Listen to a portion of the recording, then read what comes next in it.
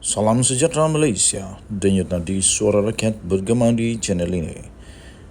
Jangan lupa tekan butang subscribe, like dan share. Malaysia kita punya, cintai Malaysiaku, kita jaga kita.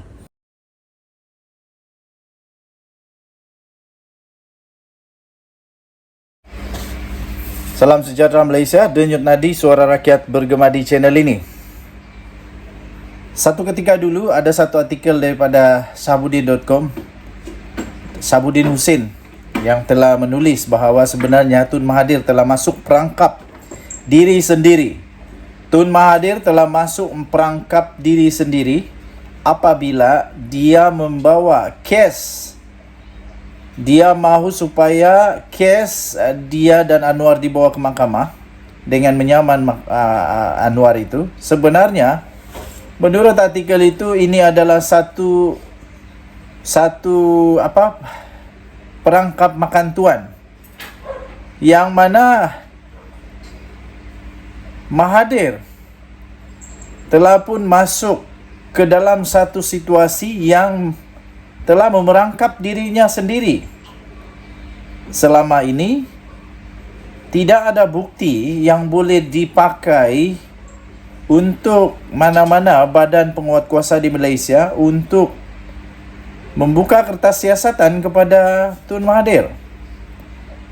Tapi sekarang ini sudah ada bukti yang dibawa sendiri oleh Anwar Ibrahim ke mahkamah yang nanti boleh dipakai oleh SPRM untuk menyiasat Tun Mahathir atas salah guna kuasa.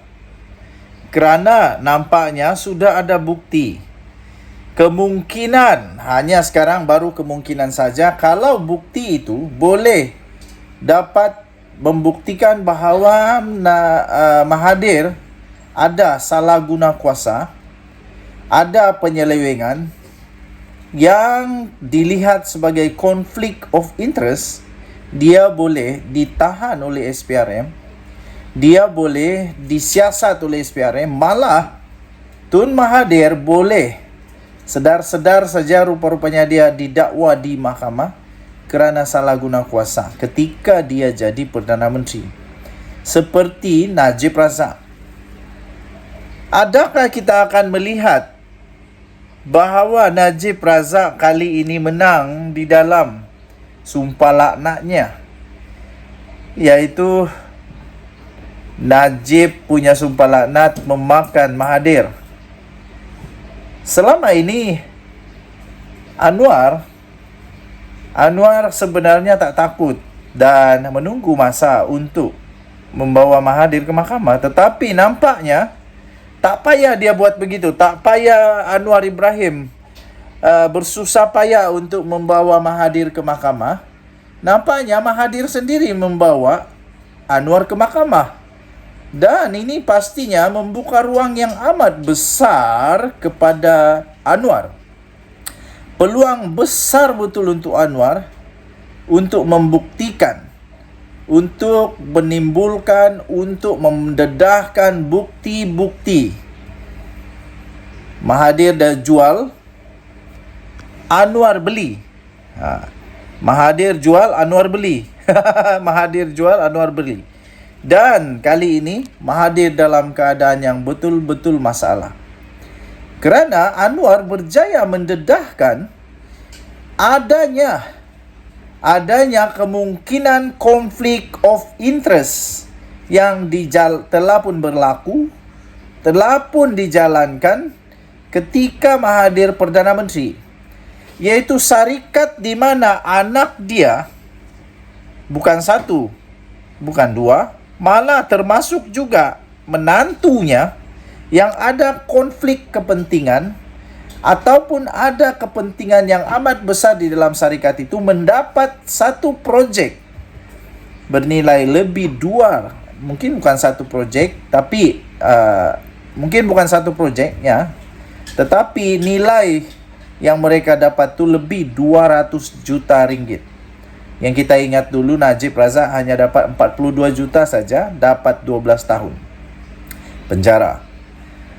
Kalau Mahathir didapati bersalah Kalau saja dia didapati bersalah kerana ada konflik of interest dan salah guna kuasa kerana bukti yang dibawa oleh Anwar ini, dan dia didapati bersalah dan dipenjara selama 10 tahun, contoh saja 10 tahun. Contoh saja 10 tahun Mahathir di penjara, dia hanya akan keluar dari penjara pada usia dia 118 tahun. Masih hidup lagi Kak Mahathir waktu itu. Itu pun kalaulah perbicaraan itu singkat. Tetapi kalau perbicaraan panjang, kalau dia didakwa nanti, dan perbicaraan panjang, sempatkah dia mati sebagai orang bebas? Ataupun dia dalam mahkamah turun naik, dia meninggal dunia, kesian juga. Okey, apa-apapun, kebenaran pasti akan menang pastinya. Dan Anwar Ibrahim sudah ada peluang sekarang ini untuk membuktikan membawa bukti-bukti ke mahkamah. Dan Malaysia juga akan dapat satu lagi bukti bahawa perundangan di Malaysia tidak akan berkompromi dengan sesiapa pun. Kalau selama ini orang selalu komen dalam konten-konten apapun di media sosial, ramai orang komen kononnya Mahathir ini kebal daripada undang-undang. Tak akan kebal. Nothing is above the law. Salah tetap salah. Jadi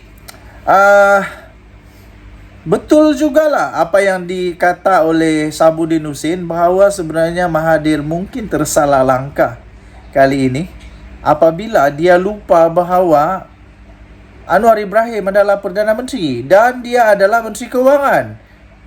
Anwar pegang semua rahsia keuangan.